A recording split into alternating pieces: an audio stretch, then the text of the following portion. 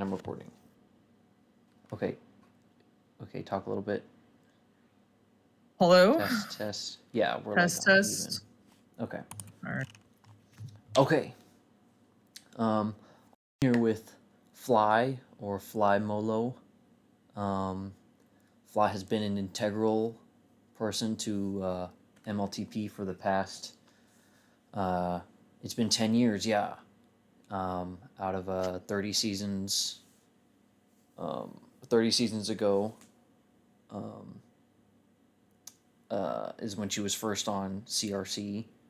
12 years of pubs, 2 moopers, 12 seasons as CRC, Ball of Fame, TagPro Future Group member, done a lot of community work,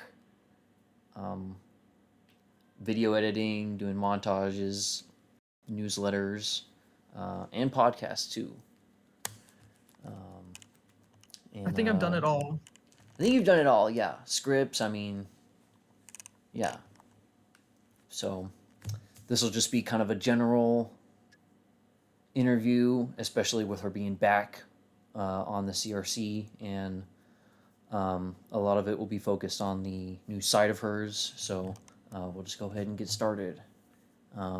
So first off, Fly, how are you feeling with the current state of TagPro and Ooh, TagPro. I thought you were going to ask Tag about MLTP. TagPro and MLTP, as this being like the last season of the year? Yeah, I mean, I think it feels pretty optimistic. It was funny when Josh came back into the community, like, I don't know, a year ago or whatever, whenever I came back.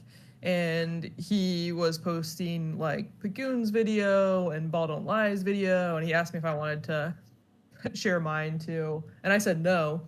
But I also do distinctly remember that during that video being very almost like sad, I think, or the whole like theme of that was like happy it happened, even if like nothing more happens. And this was maybe 6 years ago. So I think the mentality for me of like where I was then when Josh was doing his interviews versus where I am now is actually way more positive. And I think people tend to be somewhat negative about everything, but as someone who like sees everything and is involved in everything, I feel very optimistic that TagPro has a positive trajectory. I mean, MLTP seems to be moving upwards as well. And yeah, I mean, I would rather be an optimist for sure. It's been easier to be an optimist for sure the past few years, um, kind of across the board. Um, Yeah, absolutely. And I mean, I think you have to have people who care a lot to be successful and that sort of thing. It's not having the opportunity to make a difference, I think, is a big piece. And then having people who see that opportunity and actually do it is kind of like the second piece. So TagPro had stagnated because the developer team was so small and kind of limited and was very close to Lucky's chest. And then he opened it up, created the future group, but then things started to happen.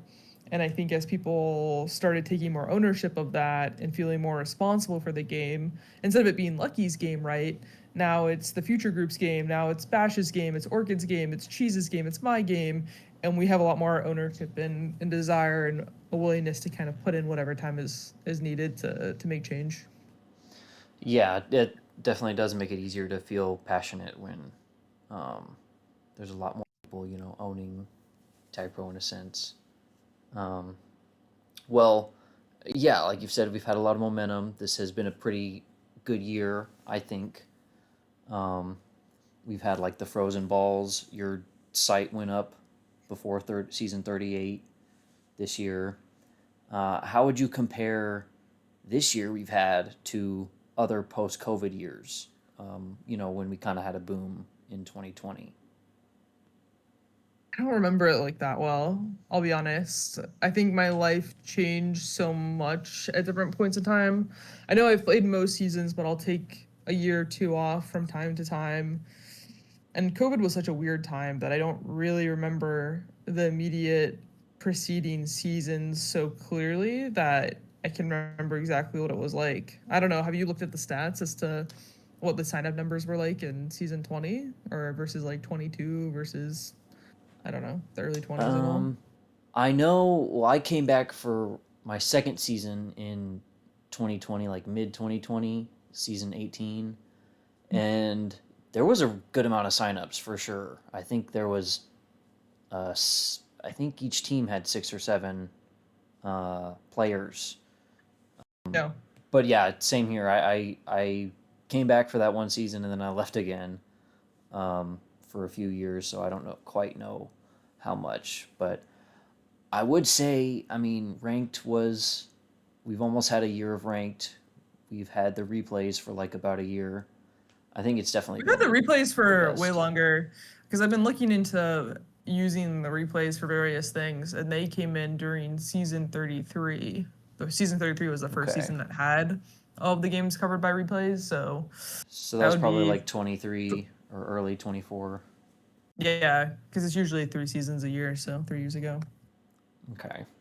Um, yeah, we definitely have some momentum. And we'll speaking of the frozen balls being a push we had this year, you did mention Homick, his website for the frozen balls being a little bit of an inspiration.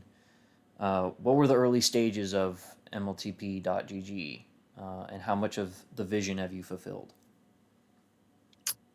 Yeah, I mean, I'd heard about vibe coding maybe, I don't know, 2, 3 years ago, and I was kind of like, okay, whatever, and didn't think about it. And then my job started pushing AI more, and I was kind of curious. Long story short, when I saw Homic had made a site, I was like, okay, I wonder like how hard is it to do something like that? And I started playing around, and it wasn't that hard. And so I think from there it kind of spiraled into, okay, what would I make for TagPro if I just sat down and focused that? What is like the most tangible, interesting thing to put out there?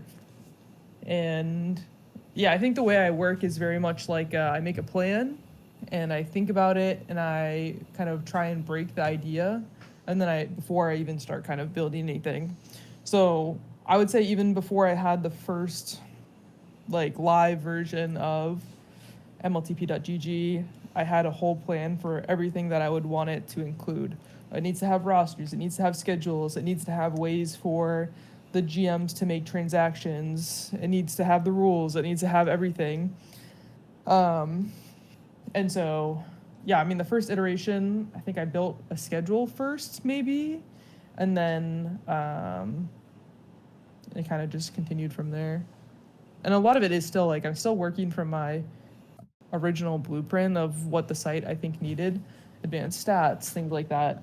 But there's things that come up, of course, when you put your creation out into the world. People have feedback, people have ideas, and I'm always taking that and reincorporating it into the overall picture to see what I do want to do soon and what I might defer to later. Yeah, I can kind of shift your where your priorities are, what's on the list first. Yeah, and I mean, I'm a person who can fail at thinking through things too, so it's like things I didn't even think about until I'm in the midst of it. Okay, we built the signups, but someone wants to withdraw their signup. Okay, we have that built in, but oh, what if we actually need to analyze the signup? Maybe we're not sure if they're a Smurf or not. Oh, we have to build in a tool to like hold a signup so that we can not have it show on the ticker list until we're like comfortable that that person isn't like a fake signup. Things like that. You know, you don't Yeah, realize how things are breakable until someone's broken it, and then you have to kind of adjust on the fly. yeah. Does it feel like playing whack a mole, kind of? A little bit. It depends. Sometimes it like I think right now it's pretty stable. Definitely during the first season, 38, and like during the draft and like all the lead up to that, it definitely felt like I was constantly having to adjust. But it's definitely a lot more stable right now, and it's more about enhancing than oh my god, I never thought of this. I have a really big issue, which is good. Mm-hmm. It's definitely, yeah. It looks really legit now. Um, so yeah, paired with an upcoming Steam release and a potential redesign, uh, I think with your site, it'll make the pub to comp time pipeline a little bit easier. Um, do you think TagPro is on the brink of its next golden age? A golden age? Yeah, I mean, I hope so. I think we're putting a lot of eggs in the Steam basket, and I don't want to detract from that at all. I think there's a lot of things that make TagPro really attractive, and I think could become popular on Steam. I think we have some strategies in place that we're going to try and do. You can put the game page up on Steam before it even goes live, and if the existing community really, puts it on their wish list, types it up, whatever, we have a very dedicated player base that can generate some buzz. I mean, think about how TagPro got as big as it did at one point. It's just purely like players hyping it up and brigading on Reddit. We could do the same thing to Steam in a way that's actually kind of like encouraged and recommended. If everyone contributes and does their part, I think it could really give us a lot of help. I think from my perspective, it's the first few days of Steam are so critical because a new game getting a lot of hype is a lot different than a game that launches and isn't perfect and people don't love it and then they kind of disappear. They're not going to come back to the game 3 months later if it's in a better place. So my big push as a future group member has been very much like, this is our chance. If we're going to fix it, we need to fix it now. It's not worth like hoping to fix it after we go live on Steam. Yeah, it's not like Cyberpunk where we can fix it later. Like we'd rather have it perfect first. Yeah, and Mhm. perfection is probably like too strong of a word, but I think a lot of the things that TagPro doesn't do well are things that we have to address. So, for example, when people think redesign, I think a lot of people think of it visually, which it will change how TagPro looks, but it's also how TagPro is organized and the user experience. I think is a huge piece of that, and especially new player experience. So, okay, I'm a new player. You hit play now. Oh, now you have to choose between ranked and casual, but you can't actually choose ranked. Okay, we're going to go into casual. And then, a couple minutes later, you're put into a game. There's a lot of points there at which it can break, right? Especially how many players we have live. If it's taking you upon minutes to get into a game, are you really going to wait around? And then also, if you do get finally put into a game and then you get absolutely dusted in, 3 minutes, is that really a fun experience? Like, you have no idea what's going to happen. You don't have any context and you're probably going to lose. Like, is that really fun? I think a lot of why people liked it when they experienced the Reddit pushes back in the 2015 time period was because it was all new players and no one knew what they were doing. But now, if you are new and you're going against someone who's played for a decade, it's not going to be quite so fun. So I think thinking about how a new player onboards, oh, do you get put into a tutorial first? Do you get put into a bot match first? Do you get taught the concepts of the game before you're in kind of like a real public queue? Thinking through that experience too. Yeah, being focused on the new people, that'll definitely be a plus. Yeah, because I Um, mean, hopefully, right? If Tag Pro's launch on Steam goes well, all of a sudden we're going from. I mean, I think people underrate how many active users Tag Pro has currently. It's in the thousands. You could have like, say, we have 5 to 10,000 people who play Tag Pro at least like once a month. But if Steam goes well, and suddenly you have, but like some of these people only play a couple times a week. Say we have, I don't know, 1,000 daily unique users. If all of a sudden we have 5,000 daily unique users, then only 20% of those people are experienced. Your vast majority is these new people, and you should really be catering to them because, well, one, you've already convinced the old heads that the game is good. You don't need to convince them further. Why do we have to cater to them? It's those other 4,000 people that you need to convince to keep returning. And I think thinking about that is something we haven't really done too much in the past. yeah, it's definitely exciting. It'll be easier to share it with like your friends too. I think um, Yeah, definitely. having it be on Steam. Uh, Well, to circle back to kind of more community questions and comp questions, uh, 2015 to 2018 is considered TagPro's um, TagPro's golden age, or its best age, most active for sure. Um, Mhm. what are just some of your early memories from that era, um, like CRCing or making content? Yeah, I mean, I think it's the Mumble type experience. You log in, you're in a channel, there's people there, and the way that people would just lurk all day on Mumble, like you would just be signed in, waiting for someone to like hit you up and be like, "Oh, you're online, I'm online, like let's play," or "What's going on?" And I think that sort of community was really, really strong. Whereas like Discord, if you're online, it doesn't really mean you're like online for Tag Bro. I could be playing Football Manager, or people could be playing Valorant, or whatever. It's not like you're intentionally there for Tag Pro in the same way that people were on Mumble. Um, I have a lot of fun memories of those experiences, the different channels, the way people organized it and whatnot. Um, from like a content perspective, when I first joined the community, one of the first people I met was JJ Poole, and he was on Tiers. And so the Tiers people kind of adopted me early on. Him, TPR, Dude McGuy, Troball, um, Pyrus was kind of around, all sorts of things like that. And they were on Tiers, and Tiers made this Super Ball in season 6. And at that point in time, I had never really edited a video before. But my university gave us free access to all the Adobe tools. And Dude McGuy was a video editor. So I had him give me like a brief rundown on how to use like Adobe After Effects, and then I started making hype videos for the Super Bowl, which was really fun, and I think really started a lot of my content creation in the TagPro community. Yeah, that's awesome. I didn't know you made hype videos back then. Yeah, there's some good ones. Check the YouTube out. Yeah. Yeah, I mean, I think with content generally, I'll take an aside.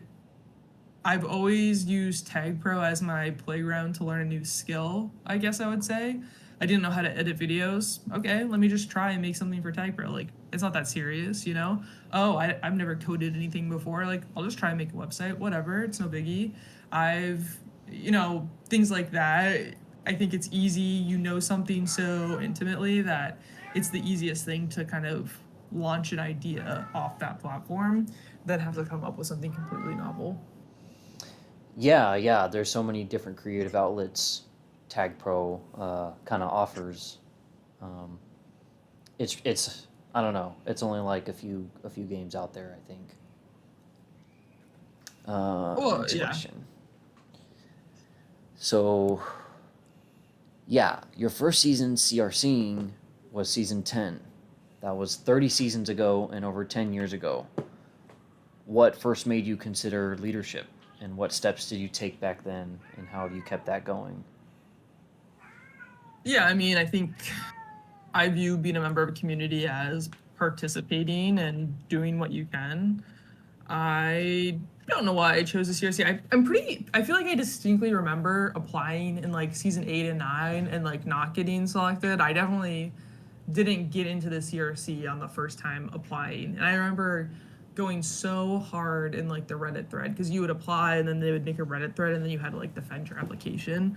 And I Mm-hmm. remember caring so much and getting no traction. So I think season 10 was probably what, like a year and a bit after I'd been in the community, and I had made videos, I'd been around, I think I joined the MPC at that point in time, whatever, and was just like really making a push of, hey, I want to be a part of this community and hear all the things that I'm doing. And so with that in mind, yeah, I guess being a CRC was just the next step. I think I don't know if I desire to be in a leadership role, but I think that I'm always willing to do it. And I think in a lot of volunteer scenarios, there's an absence of people who want to do it. So I just tend to fill in the gaps. Yeah, that does check out with kind of the philosophy you've had in your first CRC application.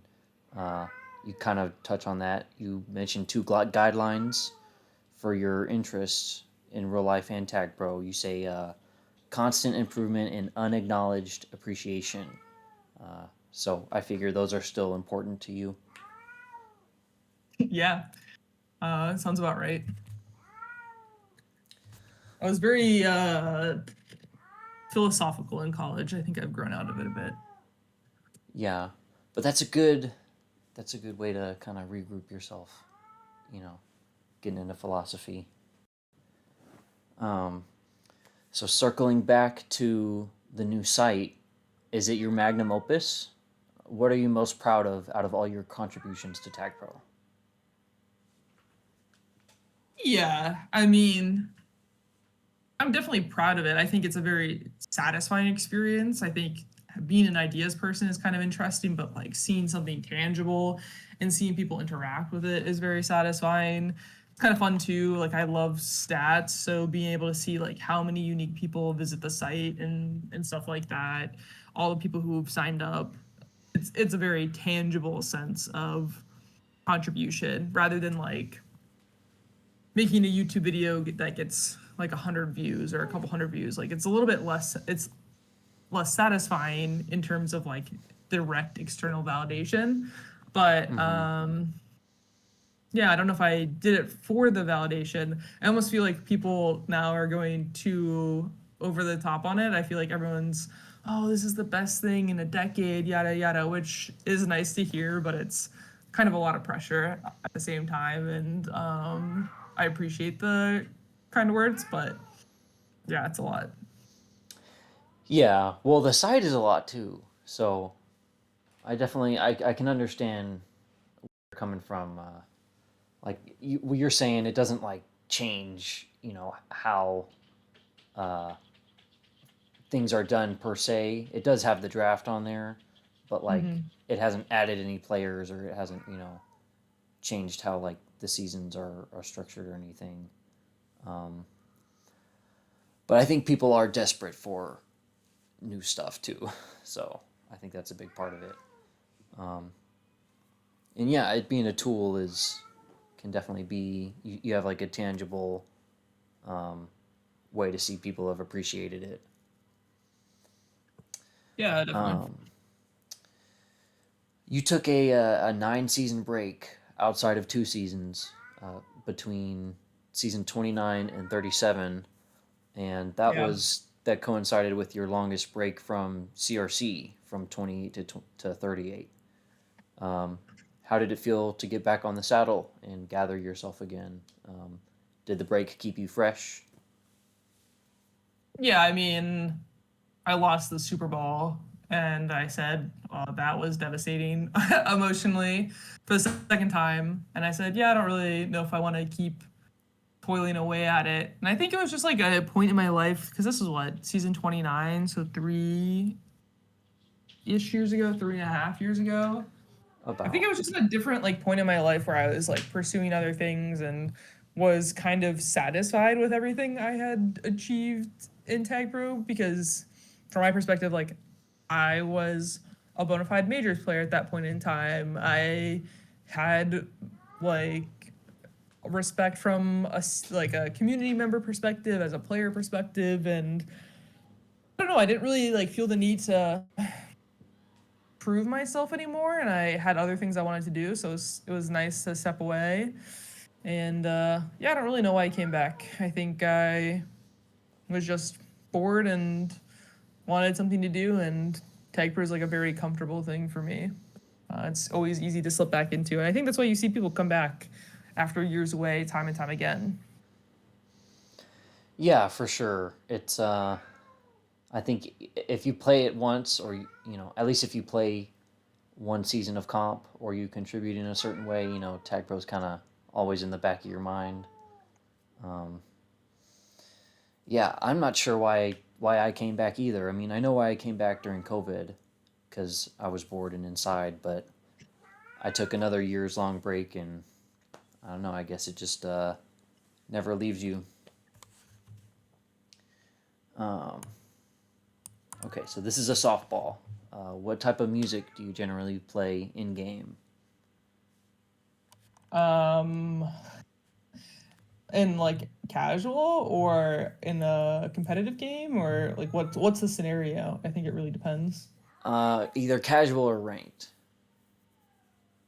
If I'm playing ranked, I will probably put something very chill on. Like I'll play like classical music or something like that. That's not aggressive at all to try and stay very chill. If it's casual, I listen to a lot of house music or um, kind of like electronic type stuff, I would say. Yeah, I haven't tried the classical music during ranked before. I'm usually doing house or electronic music. Um, Maybe that does make me play a little more recklessly though, so maybe I should try classical or some Mac I think it's DeMarco or more of something. like a intentional like mind setting thing of like, okay, I'm going to listen to this music. I'm going to be patient. Like it's like it helps me switch the mentality, of like if you are doing the exact same things as like if you're playing like a casual game where you're kind of just like free and you're not being very serious and you're not being as intentional, then it's a lot easier to like slip back into that. So if you create like a divide between how you act when you're trying and how you act when you're not, then you kind of have clear delineation. Yeah, yeah, slower music can kind of make you think a little more. Um, yeah, music's a big thing with whatever you're doing. Uh, just a couple more questions. Uh, Also, in your first CRC application, you mentioned motivating streamers as a priority. Last season did have a dip in the amount of games streamed, specifically in Novice. Does this season's CRC plan on doing the same, perhaps? Maybe motivating streamers in a way? Yeah, probably. I mean, I funded a lot of the prize pool last season, and while I'll put money into things, I'm not just gonna like frivolously throw it away. I think the novice season was weird because I think most of the games that went unstreamed were like CT's team, and he was an absent captain at best. So I think that didn't really help. Um, I'll do what I can to help streaming. I thought having like one of the very first things I built into the site was letting people claim streams and trying to make it as easy as possible to know who was streaming what because the hub wasn't getting updated and like that was seemed to be a major issue. So, I mean, trying to make it as easy for people to stream as possible.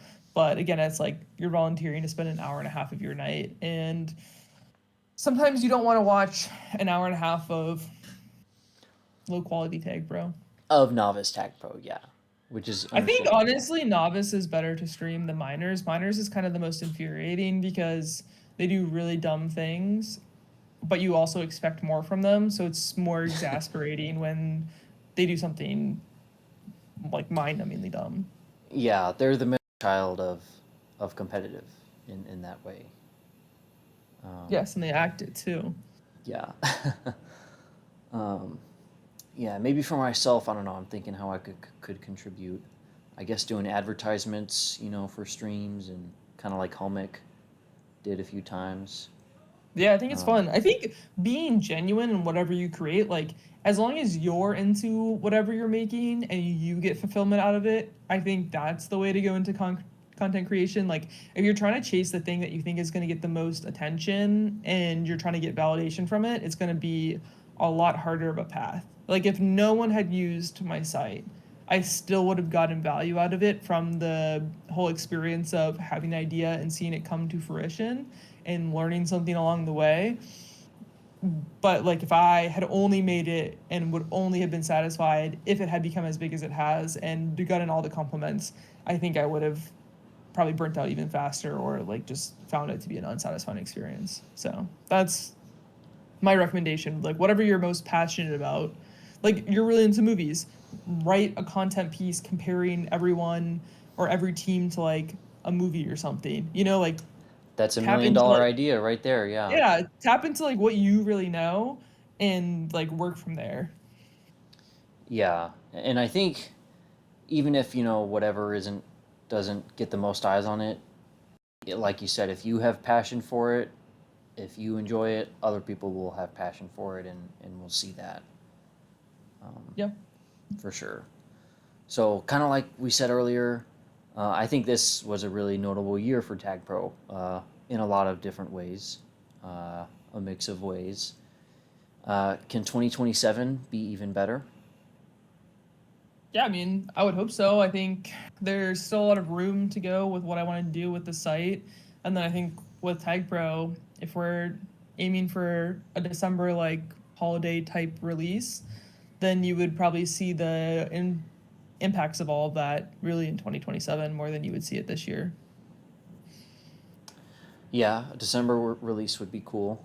Steam for Christmas. Yeah, Uh, hopefully. We're hopefully. working to it. Yeah, we're Yeah, putting a lot of time in. So I know people can't like see everything, and so when people like complain about it, I'm always a little like, okay guys, like I promise you things are happening. Um you just can't see it, but things are definitely happening. yeah. I've heard murmurs of things. I'm excited. I'm very excited, even if I have been pessimistic in the past. Um, okay, last one, last question. What advice can you give on being a leader?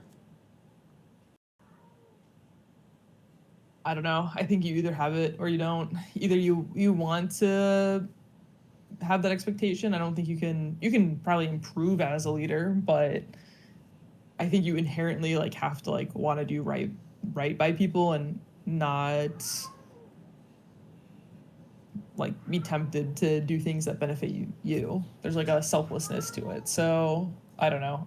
You kind I of need the think right leadership. personality, in a way. Yeah, I do. And I mean, I think you have to like figure out what kind of leader you're trying to be and like what being a leader means to you. I think being like an NLTP captain because you want to teach someone is a great type of leadership and is really valuable. It doesn't have to be the same as being a CRC. I think there's a different experience, like a different type of skill set of like being someone who's responsible to make things happen versus someone who's like setting an example for others. Like it's not just like a one size fits all. So from that perspective, pick whatever you think excites you. I think it goes back to like creating content. Like if you're trying to pursue leadership, okay, what kind of leadership are you interested in? Like what is your reason for that? I don't think anyone who's like, "Oh, I want power" should be a leader. It's like the only people who should be in power are the people who don't like explicitly want power for power. I'm not seriously because I want to be able to ban people. It's like the worst part of the job. Like I don't Yeah, I don't my ideal scenario is like no one does anything shiesty all season long and I can yeah, just fully like the league can just like function and I don't have to worry about it at all. So anyone who's like trying to CRC to like control stuff, I'm always a little dubious as to like whether you're actually gonna do the right thing. yeah. You want the people with the best ideas, and not the people who want power or No, I don't even know if it's about anything. ideas though, because like I think ideas people can be the worst CRC members because they only care about their ideas being implemented and like they don't want to do anything else. Like I think I okay then had a lot of good ideas last season, but I didn't know if he was gonna be a good CRC member when he applied because I mean he ran OTI, he did his betting site, but those were things he had full control over. It's like, are you willing to do the things that kind of suck? You know? Yeah, there's actually implementing, ideas and collaborating on ideas than just having them, You're not like gonna get your as way either yourself. all the time. Like you're gonna get outvoted. Like sometimes things are just not gonna go your way, and I think there are definitely people in the Yeah, community who will not enjoy it if like things don't go with how they want it. yeah. That kind of, yeah, that ties back to being a leader, like being flexible in a way too. Um, Yeah, I mean, so I don't know. I don't have yeah. any advice. I'm just Well, I think that you still got nuggets of advice in there.